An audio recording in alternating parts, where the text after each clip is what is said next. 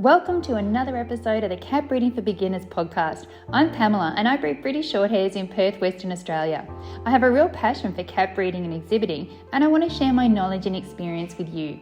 I'm on a mission to help new cat breeders go from feeling intimidated, confused and having trouble getting started to confidently breeding happy and healthy cats whilst enjoying this amazing hobby. Before we get started, make sure you visit my website and download your copy of my helpful guide, Advice to New Breeders, where experienced breeders share some great tips they wish someone told them when they started breeding. You can find the link on my homepage at www.catbreedingforbeginners.com. Just look for the picture of Angelica with her kittens.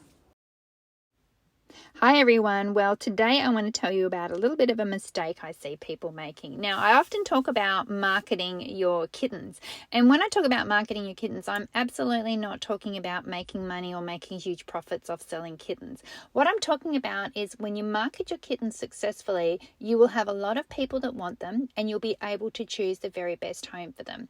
And the very best home for them is a lot easier to find when you've got a lot more people that are waiting for kittens. If you have 3 people waiting for kittens, you've got to choose between those 3. But if you have 30, then you've got a lot more choices. So I really want to help you build that list of people, build that audience of people that will be there for you when you do have kittens to sell. Because as a new breeder, it can be really tricky to find homes for them all. And I really don't want you to be tempted to keep them all because if you keep your very first cats, you won't have room for other cats later.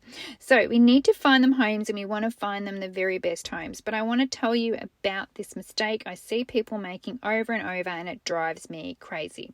Now, people will often say to me, I'm having trouble selling kittens. No one's buying kittens.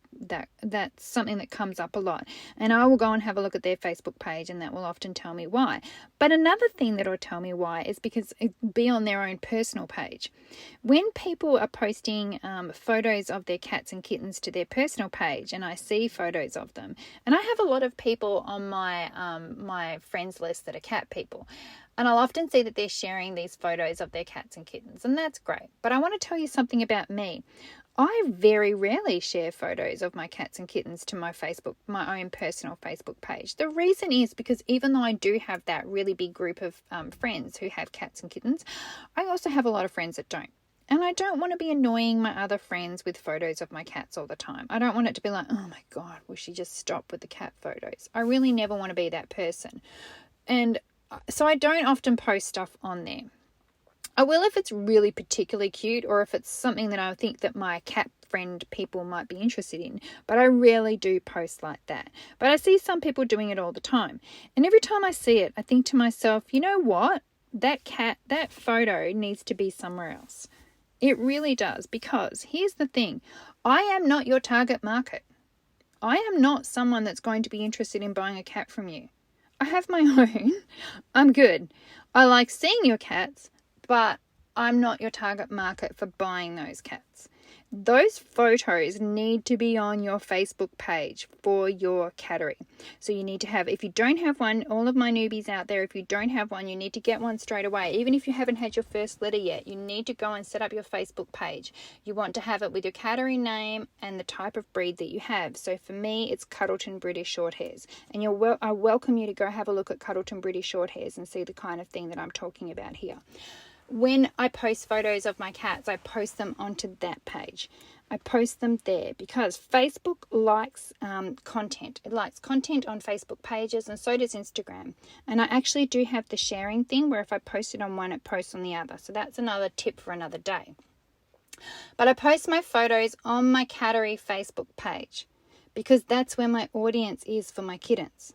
That's where people have liked before to say that they want to see more of my cats and kittens. That's where the audience is. The audience is not on my personal page. So by posting it on my personal page, it's not really going anywhere where anyone's going to see it that's going to be like, oh yes, I want one of those. But posting on my cattery page, it is. But here's the other thing I do. If I do want to share something with my friends, or if I want to share it to a group I'm in or something like that, I go to the picture on my cattery page. I'll even upload it specifically to my cattery page, and then I'll go to the picture on my cattery page. And then I hit the share button and I share it to my personal page, or I share it to a group, or I share it to someone else. That's how I do it, because what that tells Facebook is that somebody was interested enough to share it to somebody else. And then if that particular person or somebody else sees it, so if I post it to my personal page by sharing my category page, and say I don't have an auntie, but say my auntie saw it there and she clicked to say that she liked it, and maybe she commented and said, these are really cute, Pamela. Maybe her friend might see that on her feed, because she's also going to be given that information by Facebook. And then she might actually be somebody that's like, well, I'm interested in a new kitten. Oh, wow, look, she's posting this one here. I'm going to go find out more about that. Instead of clicking on my personal page, she's going to be clicking on my Facebook page, because that's what's actually shown there. So that's a way to make sure that your information, if you're putting it all on your category Facebook page, it doesn't matter where you share it to, it should all be on your category Facebook page, because that is the place you want to collect your audience. And your audience are going to be the people that are going to buy cats and kittens from you in the future. You want to collect them to there.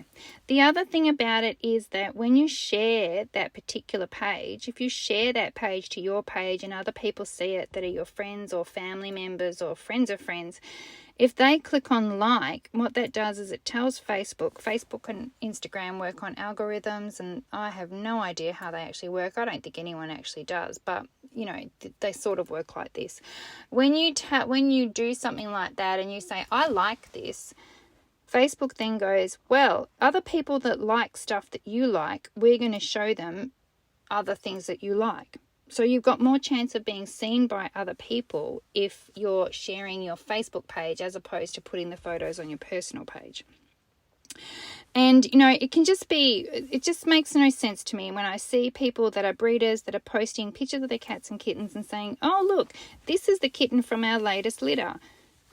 That's really nice, but you really need to be sharing that information on your Facebook page, because you want the people who are maybe going to buy the latest kitten from your latest litter to actually be seeing it, not necessarily somebody like me.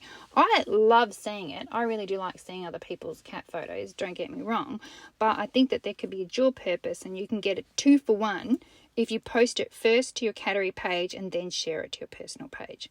And also, then you just might not be annoying some of the people that you're friends with that actually are not that interested in your cats. So that's a tip for you. Make sure that all of your photos, all of your content that you upload about your cats goes to your category page, not to your personal page. Go put it where the audience is that are going to be the wonderful families that are going to adopt your cats and kittens later. So that's a little tip for you there. If you're a new breeder, that audience is going to be something you're really going to want to build. And you're going to want to build it pretty quickly so that it's ready and waiting for you when you have your first kittens. Okay, well, that's all for today. But if you are interested in finding out a little bit more about breeding cats and kittens, you can visit my webpage at www.catbreedingforbeginners.com. I'd love to see you there. You can find out about my YouTube channel. I also have a course which is really great. It teaches you all about having stud cats.